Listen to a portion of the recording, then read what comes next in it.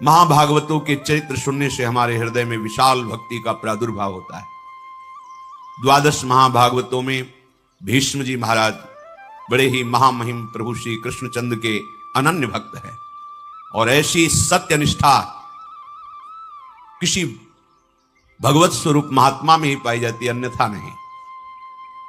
अमोघ वचन, जो निश्चय कर लिया वो प्राणपन से निर्वाह किया, जिनके जीवन में सत्य ही सत्य है कि मुझे और कोई साधारण स्त्री अपने गर्भ में धारण नहीं कर सकती। हे मां, आप कृपा करो और मुझे अपने गर्भ में धारण करो। तो गर्भ में धारण करने वाले पिता का चयन ब्रह्मलोक में विराजमान महाभीष्म के रूप में श्री गंगा जी ने किया। वही भूतल पर प्रतीप राजा के पुत्र महाराज शांतनु के रूप में प्रकट हुए ब्रह्मलोकवासी महाभीष्म राजा। बड़े ही प्रभावशाली बाल्यावस्था से ही थे। परम तपस्वी राजा शांतनु देवराज इंद्र के समान तेजस्वी थे। एक दिन प्रजा रक्षा के लिए रुग्ण और हिंसक, जिनके जीवित रहने पर प्रजा में संक्रामक रोग फैल सकता है, ऐसे पशु और जो घोर हिंसा स्वभाव वाले हैं, ऐसे पशुओं को प्रजा रक्षा के लिए मारने के लिए वो वन में जाया करते थे। एक दिन उन्होंने गंगा के किनारे ही भ्रमण कर रहे थे, देखा अपने तेज कांति से मानो कई सूर्य एक साथ उदय हो गए हों। ऐसी तेजस्विनी नवयुवती सुंदरी लक्ष्मी जी के समान ऐश्वर्य और सुंदरता से युक्त धीरे धीरे महाराज शांतनु के समीप आ रहे। उनके सारे अंग निर्दोष गौर वर्ण, ऐसा मोहिनी सुंदर रूप, उस पर बड़ी ही दिव्य साड़ी धारण किए हुए। देखते ही राजा शांतनु का शरीर स्तब्ध हो गया। ऐसा रूप तो कहीं सुना भी नहीं था जैसा रूप देखा। आश्चर्यचकित हो गए। थोड़ी देर के लिए दोनों नेत्र अपलक हो गए, पलक झपना बंद हो गए, मानो मूर्ति खड़े हो। ऐसी दिव्य कांति, ऐसी दिव्य सौंदर्य सुधा समीप आकर के महाराज शांतनु की तरफ सांत्वना देते हुए बोले, आप धैर्य धारण कीजिए, मैं आपकी ही सेवा के लिए आया। तब इनमें साहस हुआ बात करने का। शांतनु जी ने कहा, मैं देख करके ही बता रहा हूं कि तुम कोई दानवी, गंधर्वी, अप्सरा, यक्षी, नाग कन्या या मानवी हो ही नहीं सकती। त्रिभुवन में ऐसी कोई सुंदरी नहीं। मुझे पता है, क्योंकि ब्रह्मलोक से सीधे आए हैं तो सब कुछ पता है।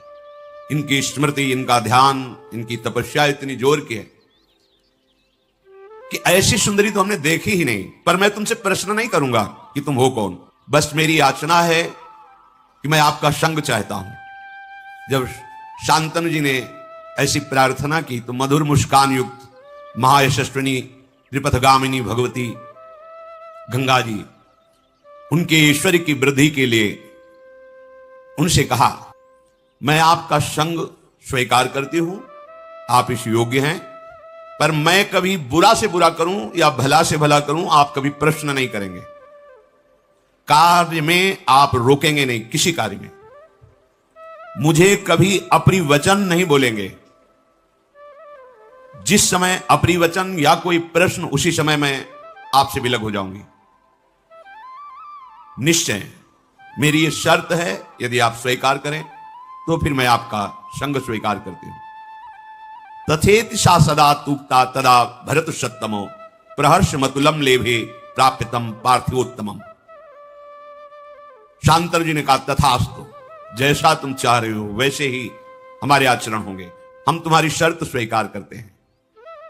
महाराज शांतनु भगवती गंगा जी को रथ पे विराजमान करके उनकी राजधानी हस्तिनापुर में उस महल में, जैसे देवराज इंद्र का महल, ऐसे महल, उसमें देवी गंगा जी को विराजमान किया। जितेंद्रीय महाराज शांतनु ब्राह्मणों को बुलाकर स्वस्ति वाचन कराया। जो पिता का आदेश जैसा था कि कुछ पूछना नहीं, कुछ नहीं पूछा, आदेश कर दिया। शास्त्रीय विधान के अनुसार इस देवी से पाणी ग्रहण संस्कार में करूंगा। महाराज शांतनु ने शास्त्र मर्यादा के अनुसार पाणी ग्रहण किया। कुछ समय के बाद एक पुत्र प्रकट हुआ। बड़ा महल में आनंद उत्सव मनाया जाने लगा। अभी आनंद उत्सव हो ही रहा था कि देवी गंगा जी ने उस पुत्र को लिया और चल पड़ी अपनी धारा की तरफ, और वहां जाकर कहा, ऐ वत्स, तुम्हें पता होना चाहिए तुम वशु हो, वशिष्ठ जी के शाप से तुम मनुष्य लोक में आए हो, मैं तुम्हें ज्यादा यहां टिकने नहीं दूंगी, जाओ तुम अपने वशु स्वरूप को प्राप्त करो। ऐसा कह के अपनी धारा में डाल दिया, तुम्हें मैं शाप से मुक्त करती हूं।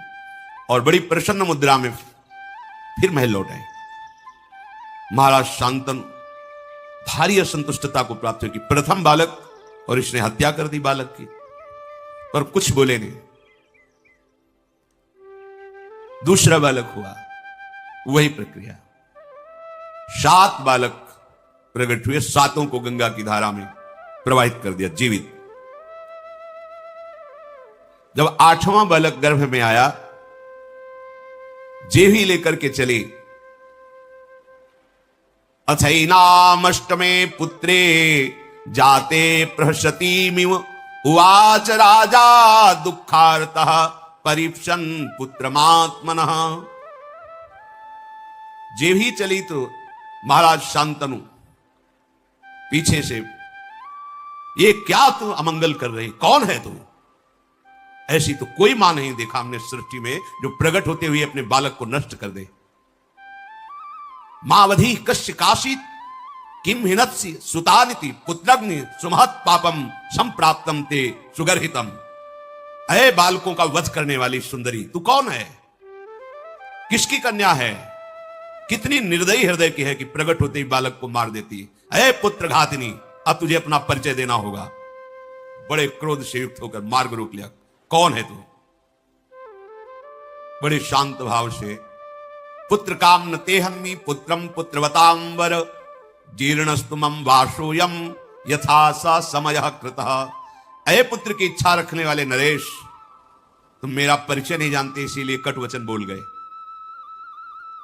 पुत्रवानों में तुम महाभाग्यशाली पुत्रवान हो गए। नहीं मारूंगी इस पुत्र को, क्योंकि तुमने टोक दिया, रोक दिया, और मेरी शर्त भूल गए।